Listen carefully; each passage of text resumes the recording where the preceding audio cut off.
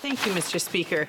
I rise on a question of privilege concerning my recent expulsion and the expulsion of the member for Vancouver-Granville from the Liberal caucus and a breach of the Parliament of Canada Act.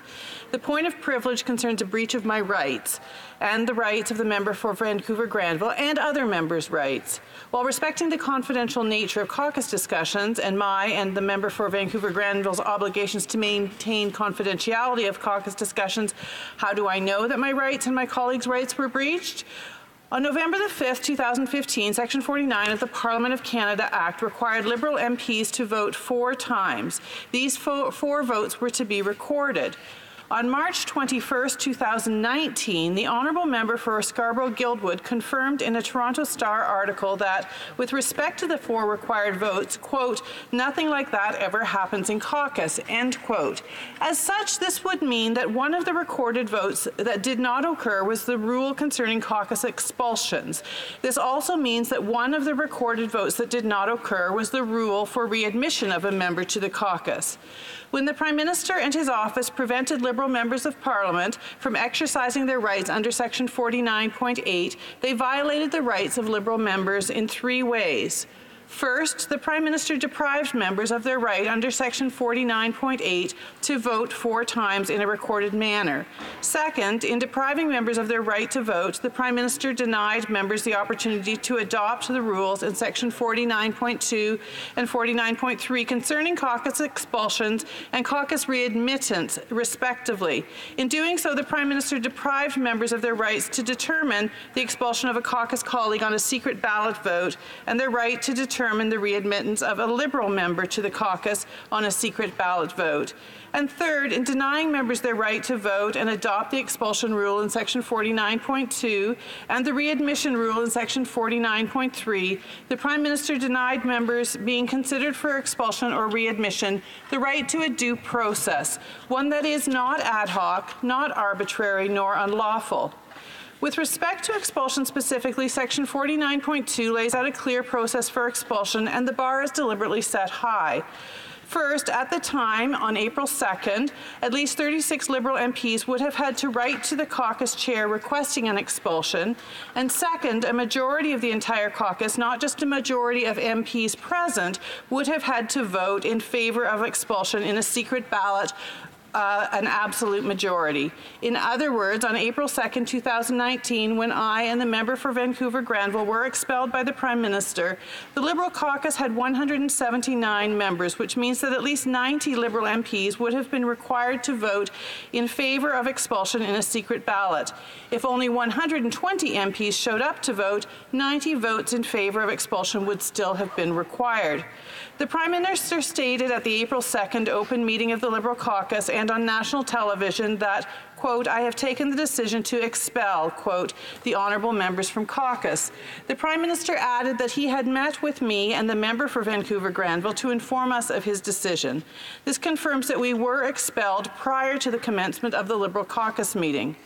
The Prime Minister's words that night to the Liberal caucus are important to underscore because expulsion should not be his decision to take unilaterally.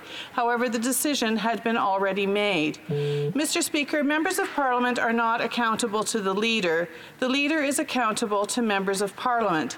This is a constitutional convention. I cannot adequately underscore how important this part of the confidence convention is. In fact, it is so critical to the functioning of our institutions that the last Parliament decided to take part of that unwritten constitutional convention and enshrine it in legislation to make an amendment to the Parliament of Canada Act. This question of privilege is timely. Yesterday, Mr. Speaker, you ruled on a question of privilege raised by the member for Perth Wellington. Respectfully, that response does not address our situation or our concerns. First, the response to the question from the member from Perth Wellington concerned the member for Whitby who resigned from caucus and was not expelled. This is not the circumstance with respect to myself or the member for Vancouver-Granville. Second, we are not asking that this House deal with the possible expulsion of a specific member of caucus as a question of privilege. Rather, the matter of privilege is with respect to knowing which rules apply with regard to expulsion and readmission. This is necessary in order to ensure due process, fairness, and that the rule of law is respected. The Speaker's response to a point of order raised on December 10, 2015 by the member of Wellington-Halton Hills indicates that the chair of the Liberal caucus did indeed inform the Speaker in accordance with section 49.8(5) of the Parliament of Canada Act, but that the content of such notice would not be made public. The Speaker stated that, quote, all actions required by the Act to be taken by the Speaker have been taken, end quote. Recently, my honourable colleague, the member from Vancouver Granville, inquired of the Liberal caucus chair, the member for Lac Saint Louis, by email no less than 4 times, asking for clarity on the rules that apply respecting expulsion from the Liberal caucus. We were anticipating that an expulsion was imminent, as was being reported in the media. The expulsions have now taken place. However, we still do not know the rules and so cannot determine if they were followed. Notwithstanding the Parliament of Canada Act, the rules of this place, points of order or points of privilege, or inquiries we have made of our former colleagues, both myself and the member for Vancouver Granville still do not know what rules applied to our expulsion, nor what rules would apply to any readmission. Third, Mr. Speaker, we acknowledge that you have stated that you have no role in the interpretation of a statute or in the conduct of these 2015 provisions, but with respect, it is our view that this does not relieve you of your responsibility to ensure that all members are aware of their rights in this place. This is our privilege. Accordingly, a remedy is required for our situation. This matter is urgent and cannot wait for new standing orders. Procedural fairness and the rule of law demand this. Secret in-camera meetings or private notices should not be a shield to prevent the upholding of the law and members' rights.